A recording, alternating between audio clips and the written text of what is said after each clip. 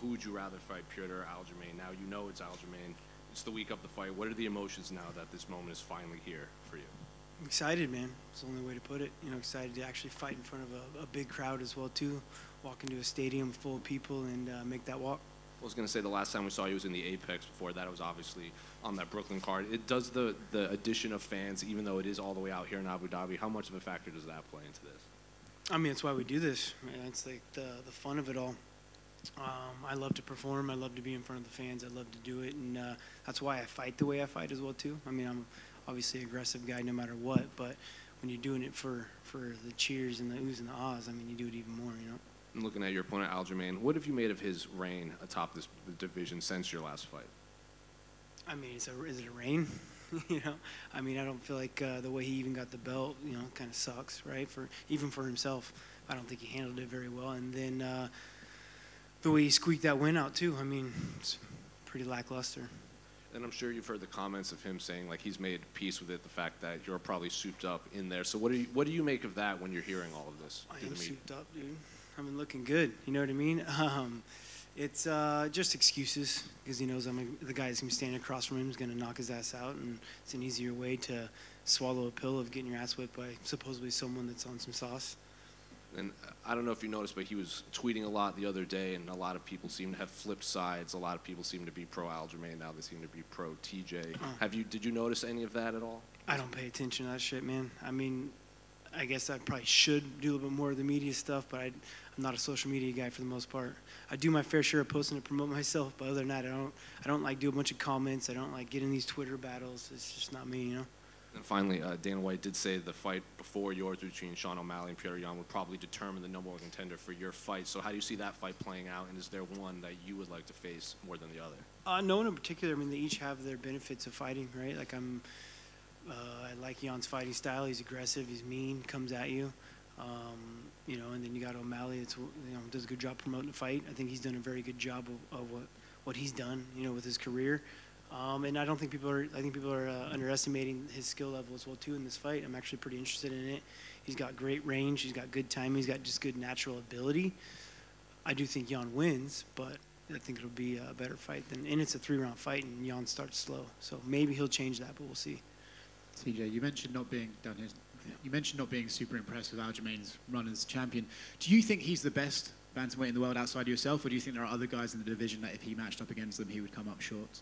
It just depends on the night, man. I mean, he's great. Don't get me wrong. Like, I've been impressed with it because he's not a scary fighter. You don't have to go out there and be like, all right, man, I got to be on my toes. I don't want to be this guy's highlight reel knockout, right? Like, I mean, I think his stand-up's been, you know, pretty lackluster. He's an arm puncher, doesn't set things. He looks scared on his feet. You know what I mean? But he's a great athlete. He does what he does well. He's explosive, and I got to put myself in those deep waters in practice and be ready for that kind of stuff. Do you think this is going to end up into who can control the grappling more to determine the winner for this fight? I think it's just going to come down to how well-rounded I am. He's not going to be able to do what he wants to do. Obviously, his comments, right? He's saying what he's saying, and I'm sure that probably that's going to come up throughout the rest of your career. Is there any part of you that thinks, like, maybe I should just lean into this? Like, look at what Paulo Costa's doing with his secret juice. Do you ever think that maybe you should get up there with some secret juice and just lean all the way into it? Yeah, I do have some secret juices, my clean juice. It's the company that I started up in Yorba Linda, you know. I don't know, man. It's just, I feel like I've handled it the best way that I possibly could, and whatever comes with it, you know. Just, I've been doing a really good job of blocking out any kind of noise early in my career. And I had to learn that through my career. You know, I think that Dominic Cruz fight really kind of taught me that I need to fight with different emotions, helped me through that alpha male debacle. And I'm still here on top. You know, if I'm in the sport, I'm coming for that belt, if not having it.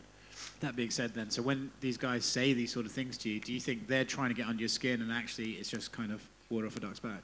Absolutely. I mean, it's, you know, mental warfare. It's, you know, we all know that's part of the game, right? As well as maybe it builds himself up, it creates headlines, it sells a fight. I mean, you guys are doing it right now, right? So that's why we're talking about it. It's selling a fight. TJ, going off the back of that, I know you saw Dana's comments that he made earlier this Who? week. Dana White. Oh, You know, okay. He kind of praised you for how you handled. You know, he said you handle it like a man. Other people haven't done in the same situation. To kind of read that, what do you make of that? Does that make you, you know, just reinforce that you did handle the fallout of everything the right way? I mean, I knew I did, man. I mean, it's the only way to kind of do it. It was like my own little therapy session, to be honest, right? Just kind of like let everything off my chest and get it behind me.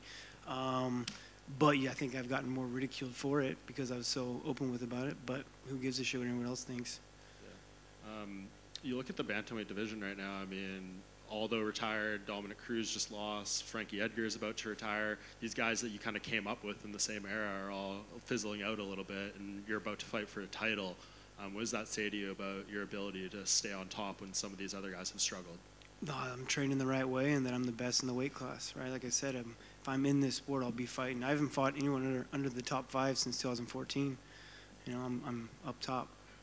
And I'm curious, the UFC released kind of a memo to managers and fighters this week about betting on your guys' selves. What do you just make of that? Is that something that you've ever dabbled with, or does that affect you at all, or teammates or family or anything? I've never got involved in the betting scene when it comes to MMA. It's very unpredictable, right? And people asking me my betting advice, and it's always fucking wrong, so I shouldn't do it anyways. So fade TJ, go opposite of your picks. Yeah, right, exactly. I mean, actually, I have some buddies that they'll ask me their opinions, like, "Oh, so I'm betting on the other guy, right?" It's like, all right, whatever. Thank you. Yeah. TJ, right here. You have the chance to become the UFC champion for the 3rd time. Do you feel like the taking the belt for the 3 times makes you the greatest bantamweight in the UFC history? I already believe I'm the greatest bantamweight in history. You know, I mean, I'm holding all the records. Going to continue to run my reign. But yeah, I think it'll obviously cement that. But I already believe that. You know, I mean, name a guy that's got a better resume right now. TJ, just over here. It wasn't very long ago when people were considering you as one of the best fighters in the whole UFC. I just said I am the best. Because of the controversy recently, it seems like a lot of people have probably forgotten about that. But I just want to know, what do you think you need to do on Saturday night to remind everyone how good you are again, and what do you think you need to do for the rest of your career to kind of get past that controversy a little bit and people kind of start to forget about that and that you are one of the best in the world again? What do you think you need to do? You got to win, man, right? You just got to get out there and win and have some fun. But ultimately, people just forget. People forget when you're not out there competing. I haven't competed very much in the last 3.5 years, right? Came back, blew my knee out in my last fight, so I haven't got to be very active. They forget about the dominance you had while you're in there, the records you were holding. I mean, with how inactive I've been and the records I'm still holding is quite crazy. You know what I mean? So I just got to continue to do what I do. Thank you. Yeah.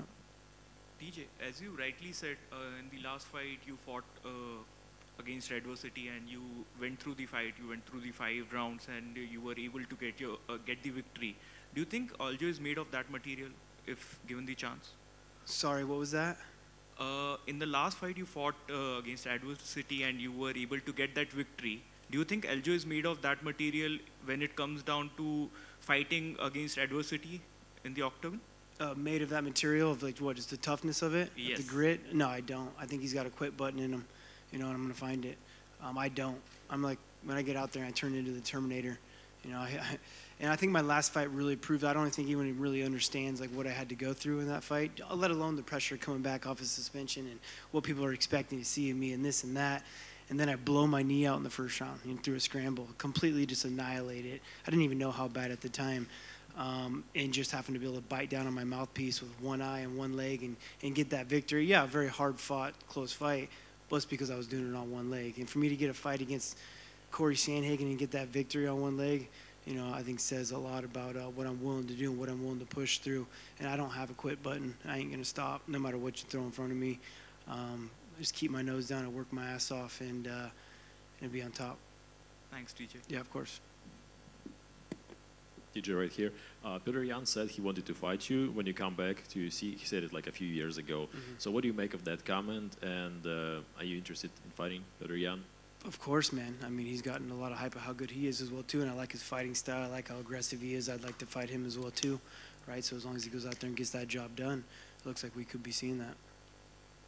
Thank you. Yeah.